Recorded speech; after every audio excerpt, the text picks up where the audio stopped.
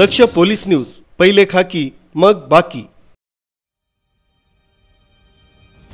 मालेगाव शहरातील मुख्य रस्त्यांवरील अनेक झाडांवर खिळे ठोकून विविध जाहिरातींचे फलक लावण्यात येत असल्याचे प्रकार मोठ्या प्रमाणावर दिसून येत आहेत। या जाहिरातींमुळे झाडांचा जीव अक्षरशः गुदमरत असून त्यांचं मोठं नुकसान होत आहे। वृक्ष संवर्धनासाठी विविध मोहिमा राबवल्या जात असताना अशा प्रकारे झाडांवर फलक ठोकणं धोकादायक असल्याचं वृक्षप्रेमींनी सांगितलंय। त्यांनी या कृतीविरोधात तीव्र नाराजी व्यक्त केली असून महानगरपालिका प्रशासन आणि वन विभाग याकडे दुर्लक्ष करत असल्याचा आरोपही त्यांनी केला।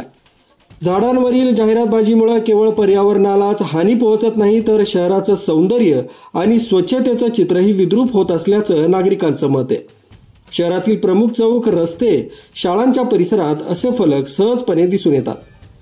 वृक्षप्रेमींनी प्रशासनाला तत्काळ कारवाई करण्याचं आवाहन करत झाडांवरील सर्व जाहिराती हटवून दोषींवर दंडात्मक कारवाई करण्याची मागणी केली।